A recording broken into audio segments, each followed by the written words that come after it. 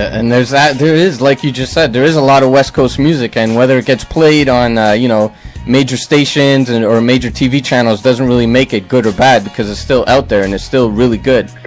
Exactly.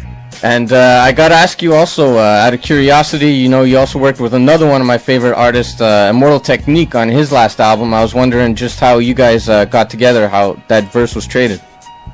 Tech is just a good dude. Tech reached out through my homeboy Domingo, who's a producer and shit. And stuff. And Tech, I was already aware and following Tech, and just like he reached out to me and was like, "Yo, I want you to be a part of," and we just linked up and made it happen, man, that quick. And he told me what he wanted to do, the payback. I'm like, yeah, I got a few people I want to pay back, so it worked out great. Yeah, and the payback, that verse actually really took me back to Soul on Ice. And if you don't mind, we're going to take it back for a bit. I mean, almost 15 years later, did you ever think, when you were making Soul on Ice, that it would be recognized as arguably one of the top albums from the 90s? I wanted to be perfectly honest, I wanted to make something, that explains, it's always been this Descartes, the duality of man. So on Soul on Ice, once I actually realized that I was going to really have the opportunity, to put out a real, an album, like a tangible album with a video, like I made it with the big boys, to the people I was a fan of.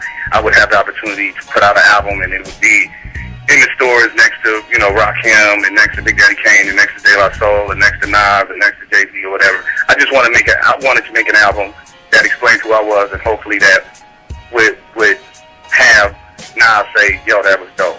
You know what I'm saying? Or Rakim and say, hey, man, you dope, man. Yeah.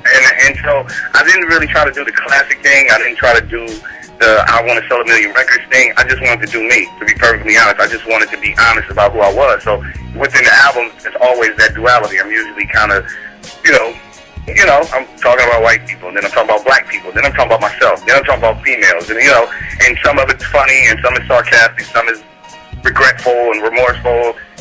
I just tried to convey myself or any human experience, because there's always that duality. Like I got songs, on Soul on Ice, like, there's Nature the Threat, but then I turn around and I got a song with Coolio, who technically would be like the soldier boy of the day, you know what I'm saying? Yeah. Top dude, period. You know what I'm saying? We talk about getting girls' panties. Like, I tried to be honest about who I was, you know what I'm saying? Yeah, and actually you mentioned, that's why it's a great album, because it's just you expressing yourself, and it's not you trying to hit #1 on Billboard or anything like that. It's just coming from the heart. And you mentioned Nature of the Threat. Would you ever think 15 years later that, a song like that and Assassination are still being discussed on the internet, on message boards, and picked apart, and, just being analyzed 15 years later? It's a blessing, man. I really, I always tell people that the song was really a selfish song, that I didn't expect anybody to get with it or like it. I mean, there's no hook in it. I start acapella, I end acapella in 7 minutes. You know what I'm saying? Yeah, that's why I like it, though, because there is no hook in it, and you just dropping stuff left and right. Yeah, it was a totally selfish song, though. Like, I mean, what I wanted was kind of what's the word I'm looking for? A sequential history. There's the pieces, and so the rest of it is trying to sequence events to prove my thesis. You know what I'm saying? And so in school, I happen to like history, but I could never really get, you get these dates, 1066 or 1776 or blah, blah, blah, blah, blah.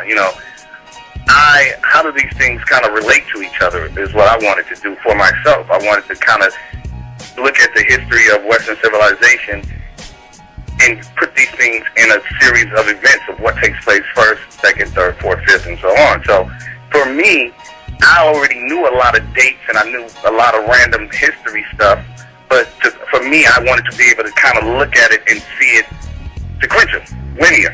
And so I did it for myself. I wanted to make something that put these dates together so I could see what happens during these dates and how they affect one thing, the ripple effect, how one thing kind of opens the door for the next thing. Like, the Greeks opened the door for the Romans. You know what I'm saying? The Romans opened the door for the Holy Roman Empire, which becomes the Catholic Church.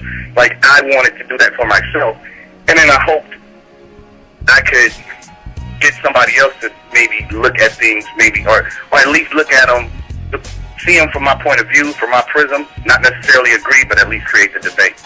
Yeah, and that you did. I mean, like I said, that song's still being debated 15 years later on message boards all over the internet. And, at the time when Soul on Ice came out, I was in high school. So that song was very interesting to me and, opened my mind to research a lot of other stuff, too. So I got to give you a, shout out for that track and obviously the whole album. Thank you. And also, you've worked with a lot of, pretty much all the legendary producers from Easy Mo B to DJ Premier, Dr. Dre, High Tech, Rockwilder. I mean, there really hasn't been a beat that you haven't ripped to the best of my knowledge. But I was wondering if there's a specific producer out there that you haven't worked with yet that you really like to, get in the studio and grind with. You know what?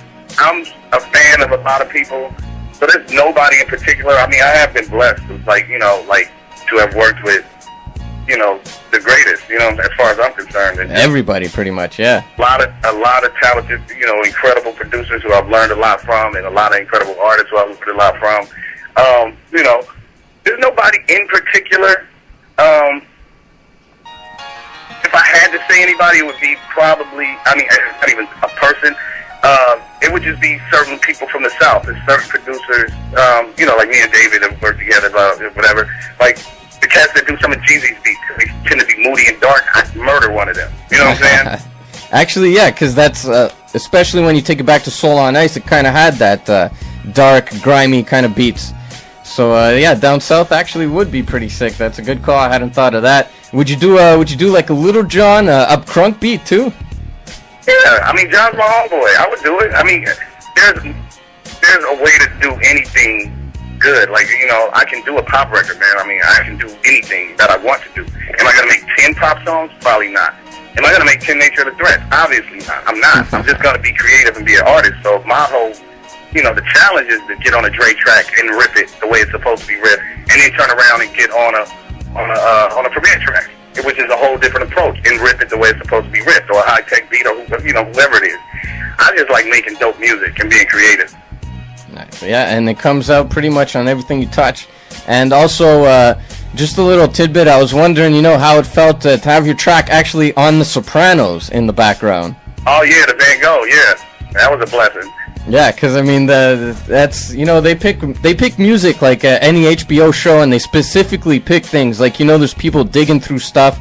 So for someone to specifically pick and Van Gogh out of all tracks, which I don't know if it actually officially ever came out technically because of the whole situation that happened in the past, but pretty dope track to see, to hear in the middle of Sopranos, just watching Sopranos for sure. Right, and DJ Khalil produced that, and I've been blessed, man. I just enjoy the journey. You know what I'm saying? Embrace the journey, and a lot of things have been. I'm a Sopranos fan, so just like even the story of how that song got picked